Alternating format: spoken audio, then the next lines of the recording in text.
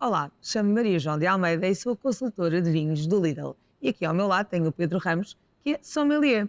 Olá, sejam muitíssimo bem-vindos a mais um episódio aqui de Conversa de Barrica Cheia. Eu sou Pedro Ramos, sommelier e educador de vinhos. Então vamos lá, você que está aí nos ouvindo, está na hora de puxar essa brasa para a sua sardinha, porque hoje vamos falar sobre os santos populares. E para a nossa sardinha, porque vamos mesmo falar sobre o significado dos santos populares.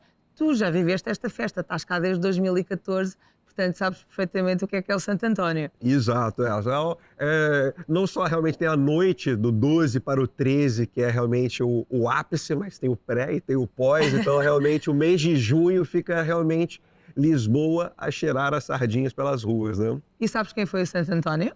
Olha, eu já ouvi falar, será ele o santo casamenteiro? É verdade, por isso é que temos aqui este vinho, que é o Namorico, e que no fundo personifica o que nunca ouviste falar dos casamentos de Santo António? Eu já ouvi falar, mas podemos falar aqui para quem está aqui nos vendo e nos ouvindo, né? Exatamente, olha, uma das tradições do Santo António é o manjerico. E o manjerico é chamada planta dos namorados. Lá está, namorico. E o Santo António é que casava estes namorados. E, portanto, é chamado o santo casamenteiro também. Eu sei que tem a tradição também de roubar o santinho, colocar ele de cabeça para baixo, virado para a porta. Tem todas essas crenças aí. E tem também quadras populares. É uma festa muito, muito bonita, onde, além de vinho e de sangria, também temos muitas sardinhas e bifanas, mas isso até vamos harmonizar lá mais para o fim e falar, porque senão já começamos a ficar com fome. Mas olha, então vamos iniciar aqui a nossa festa. Exato. Saúde a vocês. Tchim, tchim. Saúde, MJ. Já estava com saudades destes brindes, não é? Pois é. É assim, isto é um vinho super simples, super descontraído. Não é um vinho para pensar. Eu acho que nesta época dos santos populares não podemos estar concentrados em vinhos muito estruturados nem muito complexos. Os vinhos têm que ser descontraídos, simples, fáceis de beber, leves e, na verdade, este vinho é super simples, tem 10 graus, é um vinho do IVV, portanto, não tem um conselho do IVV, não tem uma região específica, exatamente, e realmente é um vinho para usufruir e para estar descontraído a beber com os amigos, ou então mesmo na rua a dançar os santos populares. Exato, tal como você falou, é um vinho que ele tem 10,5 de grau alcoólico, ou seja, um grau baixo. Ele é frisante, ele vai levar ali uma leve gasificação, ele é frutado, eu sinto bastante fruta no aroma e no palato, e essa gasificação vai fazer o quê?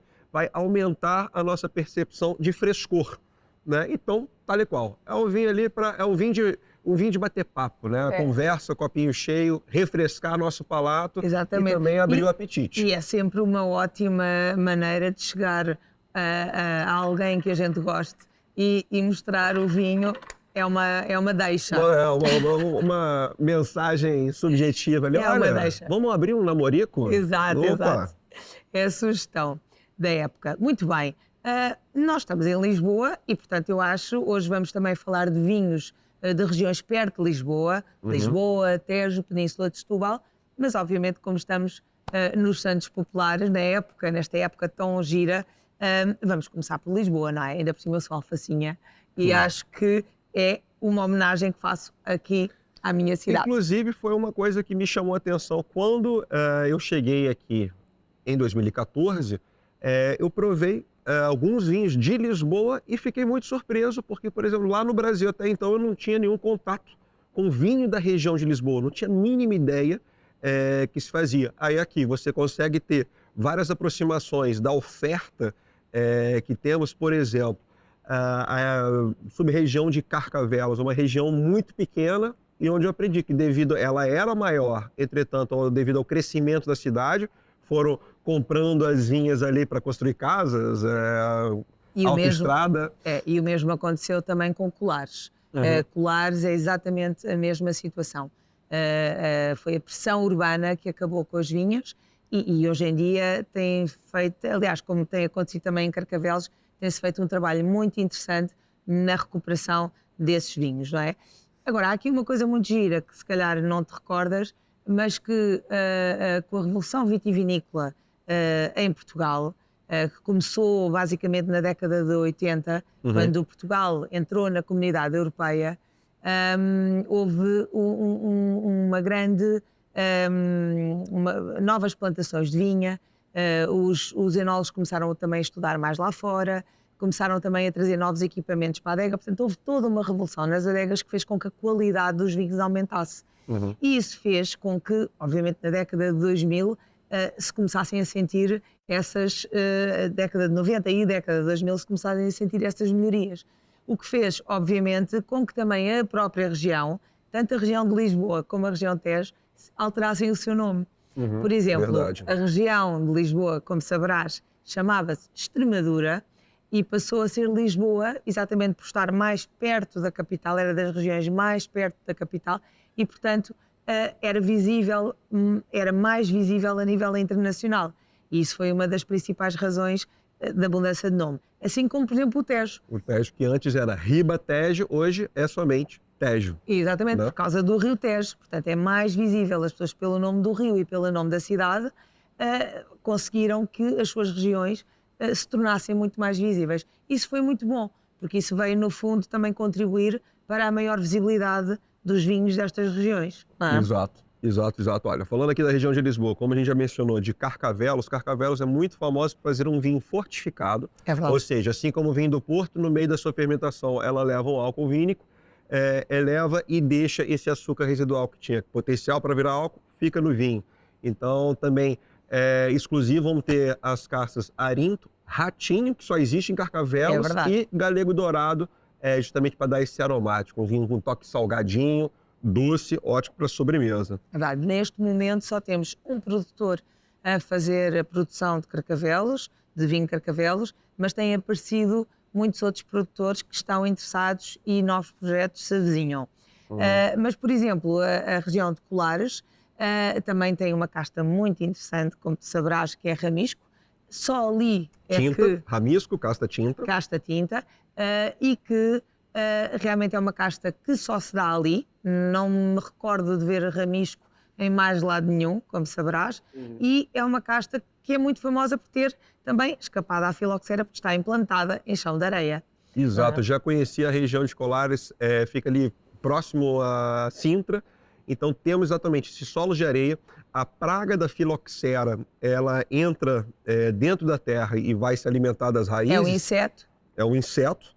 Microscópio, e ela não respira em solo de areia. Então é muito comum você ter Não consegue chegar até às raízes.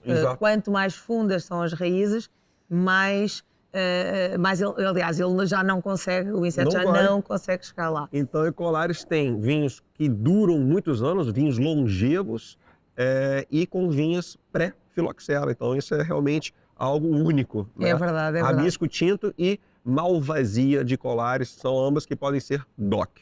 Exatamente. Depois também há os vinhos em chão rijo, que não são tão raros, lá está, que não tem nada a ver com o chão de areia. O chão de areia é realmente o chão nobre para este tipo de vinhos. Mesmo as vinhas são completamente diferentes do que costumamos ver nas outras regiões, porque são vinhas térreas. Não são vinhas em cordão. Exato, ou com outra condição de vinha como estamos habituados a ver. Olha, mais uma vez, o que me impressionou de ter ido a Colares ver com meus olhos as vinhas em solos de areia, elas são plantadas em pé franco, bem lá para dentro, faz um buraco, você geralmente tem uma faixa de argila ali que vai reter aquela água, a plantinha vai lá e ser implantada. E você tem que esperar ano após ano ela crescendo lentamente e vai se cobrindo com areia, até chegar até a superfície e dar os seus primeiros frutos. Né? Então, algo completamente incrível e exclusivo, único da região de Colares. Sem dúvida, é uma viticultura surpreendente. E lá está, mesmo estando junto ao chão, como há muitos ventos e muita salinidade, estão muito próximas do mar, também tem aquelas barreiras daquelas palhinhas, agora não me estou a recordar do nome, aquelas palhinhas que faz com que... Muretas de pedra também, para proteger. Também, tudo isso protege a vinha e faz com que haja aquele vinho tão tradicional que é o Ramisco e a Malvasia de Colares. Mas estamos aqui a falar, já falámos de Carcavelos, já falámos também de Colares e também em Colares estão a aparecer novos produtores sem Sim. dúvida que aí, até mais do que em Carcavelos. E pronto, mas ia-te falar era de Bucelas. Bucelas. Bucelas, que também é berço- uma região fantástica. Aqui, Uma sub-região de sub-região. Lisboa, é o berço da uva Arinto, que Exato. hoje em dia cresce em todo o país. Tem até uma curiosidade que William Shakespeare escreveu sobre Arinto na peça dele Henrique IV, e ele menciona falando que é o gancho de Lisboa, the Lisbon Hook, porque você sente o frescor e a acidez assim como um gancho, e também porque você fica enganchado, agarrado a ela, então cuidado. Então, e é muito interessante. Sabes que um dos enólogos que mais contribuiu para o estudo da casta Arinto foi o Nuno Cancela de Abreu, que fez ali numa das quintas, junto ao mar, um grande estudo sobre a casta Arinto. E ao contrário do que, por exemplo, acontece com a Ramisco ou com a Ratinho, A Ratinho ali do Carcavelos. Carcavelos, a Arinto mostrou que era muito versátil e conseguiu adaptar-se a muitas regiões. E hoje em dia é considerada uma das grandes castas brancas portuguesas, juntamente, por exemplo, com o Encruzado, com a Verdelho, com o Alvarinho. Portanto, faz parte do grande grupo das castas brancas portuguesas. E é muito interessante. Em todo o país, e aí o único local também que ela se portou diferente foi quando ela chegou até as ilhas, por exemplo, aos Açores, que são um arquipélago de 9 ilhas vulcânicas, aí com solo vulcânico, comportou-se diferente, aí chama-se Arinto dos Açores. Né? Geneticamente não é bem igual, mas de qualquer das formas... Temos ali uma semelhança. Pronto. É assim, Arinto é uma casta que também estamos acostumados a beber como monocasta, não é? Sim. Que às vezes não é tão comum, quer dizer, temos alvarinhas, encruzados, que são todas monocastas, mas, por exemplo, também quando falamos de blends, a Arinto também faz muitas vezes parte de blend. Não só é um vinho de monocasta, como também faz parte de blends. Eles vão buscar... A Arinto ela tem bastante estrutura, volume de boca, também tem acidez, então muitas vezes aí quando a gente vai fazer blends, lotes, né, ela vai ali dar um diferencial nessa composição do vinho que o enólogo quer fazer, né?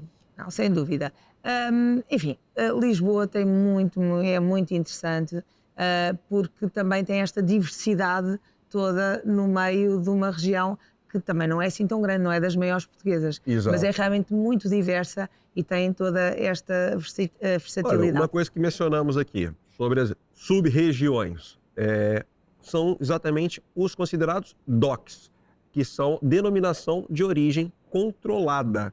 Então, isso aí parte de que aquela região ela tem que seguir as tradições, as castas que são originárias dali, e dando essa qualidade, você tem essa garantia, esse selo certificado de que o vinho, as uvas são todas daquela região. Exatamente, por isso é que se chama denominação de origem controlada, ou seja, se não for produzido naquela região não se pode chamar assim. Aliás, agora passando, por exemplo, para o Moscatel de Setúbal, da região de Setúbal, por exemplo, não sei se deves saber com certeza, que só se pode chamar Moscatel de Setúbal ali, aquele moscatel. Muitas pessoas dizem, se calhar o moscatel também se planta no Douro. Sim, também se planta no Douro, mas não se pode chamar moscatel de Setúbal, porque é só daquela região marcada.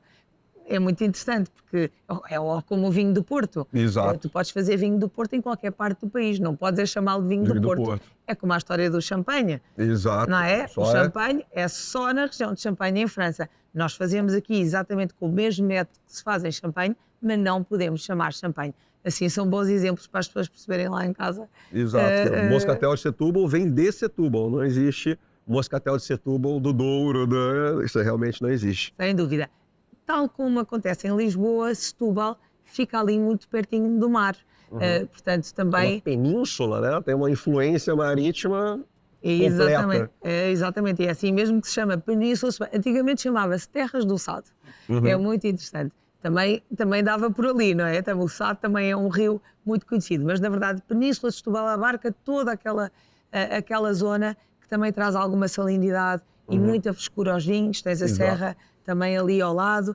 Solos de areia, mais uma vez. Também tens solos de areia, não tão profundos como ali na região de Lisboa, mas também muito interessantes para a produção de excelentes vinhos, não só generosos, como vinhos de mesa. Aqui também é uma região muito versátil. Tu também tens brancos, também tens tintos, tens rosés, tens generosos, até tens alguns espumantes, mas realmente é incrível a diversidade que estas regiões têm, porque fazem com que o consumidor possa realmente ter uma grande oferta de muitas opções, não é? Exato, Muitas exato. opções. Na Península de Setúbal, a casta tinta rainha é Castelão. Castelão, Como sabes? Castelão, com certeza. A famosa periquita. Sabes porque é que se chama A periquita? a cova da periquita. Exatamente, foi plantada pela primeira vez na Cova da Periquita e, portanto, tem esse nome.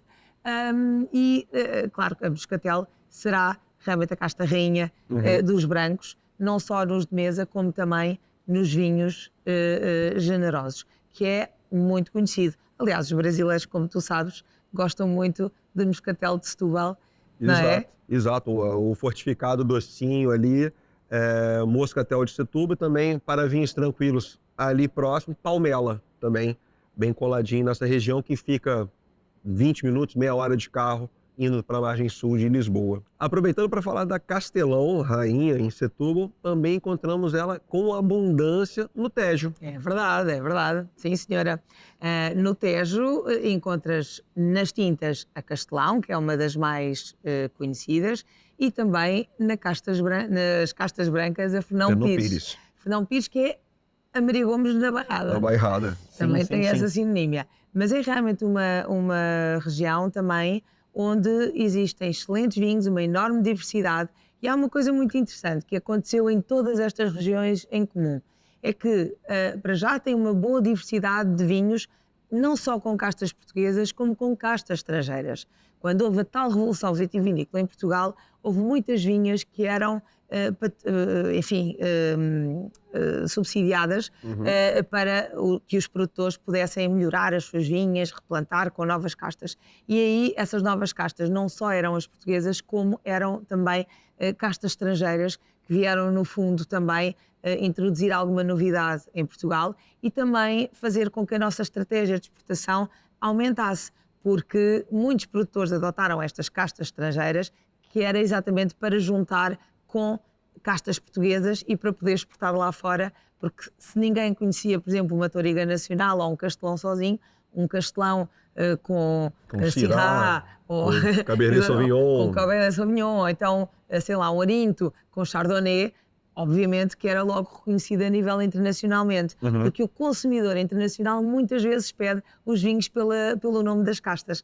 E, portanto, isso foi uma ótima estratégia que foi implantada nestas 3 regiões e que fizeram com que a visibilidade aumentasse muito mais. Não é? Maravilha, já identificamos aqui as nossas regiões, mas falando de Lisboa, vamos falar de Santo Antônio, quero falar de sardinhas, quero falar de bifanas, o que a gente bebe com essas iguarias tradicionais do momento? Olha, nós estamos a falar de vinho, portanto vamos focar-nos no vinho, porque como te saberás, bebe-se muita sangria também no Santo António. Mas nós somos ferranhos do vinho e, portanto, vamos aqui falar daquilo que podemos harmonizar com as bifanas, com as sardinhas e, às vezes, com alguns petiscos. Há quem também coma bacalhau e outras bolinhas de bacalhau, como vocês gostam de dizer. Olha, exato.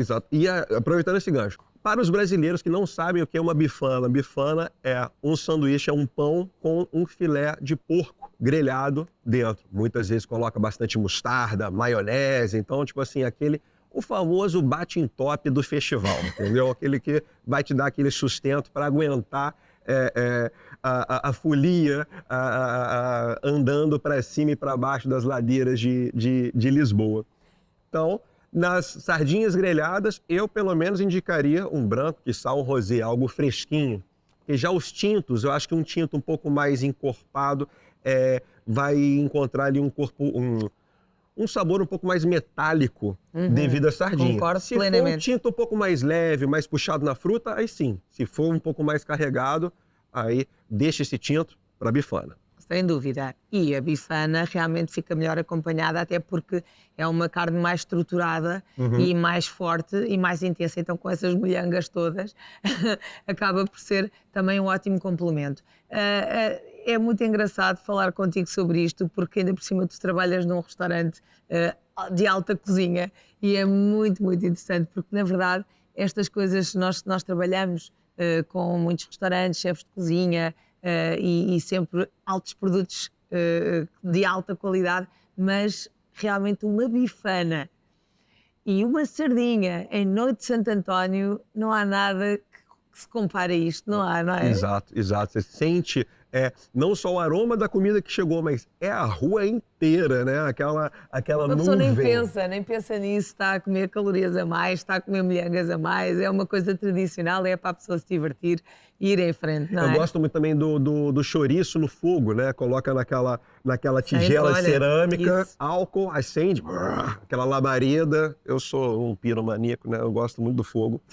Não, é muito, muito interessante. Acho que e cada vez mais encontramos tanta gente, não só portugueses, mas também tantos estrangeiros a divertir-se no Santo António. Portanto, nada como oferecer um vinho descontraído que sirva para a pessoa se divertir e estar a passar uma Exato. noite fantástica, não Alegria, é? partilha. Então, muitas vezes desafiador, porque como eu falei, tem que andar muito, vai ali e tal.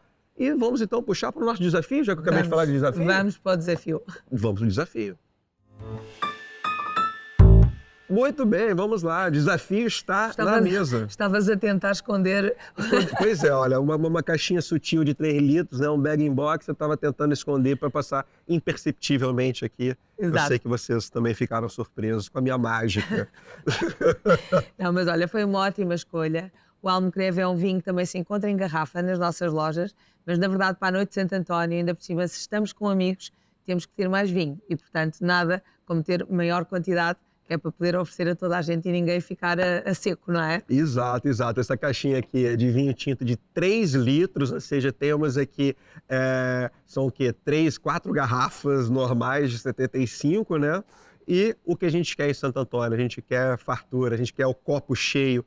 Então, isso aqui fica uma ótima sugestão para a sua festa e, ao mesmo tempo, uma embalagem de cartão. Não estamos levando vidro para a rua, né? Então, mais uma preocupação com sem a dúvida. segurança aqui do vocês e dos demais, né? Sem dúvida. Então, este é para ficar Na rua, na do lado de fora. rua, exatamente, e este é para ficar em casa, que é de vidro. Portanto, temos que comprar mais garrafas para ter para os nossos amigos.